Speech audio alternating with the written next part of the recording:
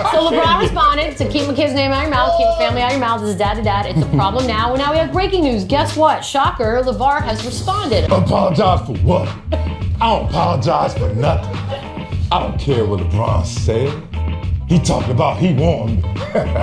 He warned me for what?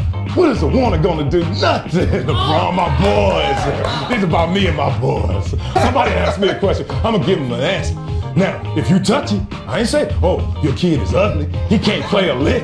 I didn't say none of that. I said, I don't see him being as good as LeBron. I love this guy. This is ridiculous. This is real what he's saying. It's true. It's colorful. His kid was ugly. I'm gonna say this. LeBron should understand that he is not talking about your kids in a negative way. He's trying to talk it sport to sport. He's trying to talk it player to player. But why? But don't limit LeBron's kids. I don't like that part. I'm gonna say this. He made a lot of insinuations in that piece saying about like, well, because he wasn't good, he's got more time to spend with his kids, insinuating that LeBron doesn't have as much. That's absurd. You're not in the guy's He's house. out of bounds. Like all of that, you don't know what that man do with his He's out of bounds. You don't live with it like that man could spend every waking moment when he's not with the Cavs getting his sons better or spending that time with his kids. You don't know that.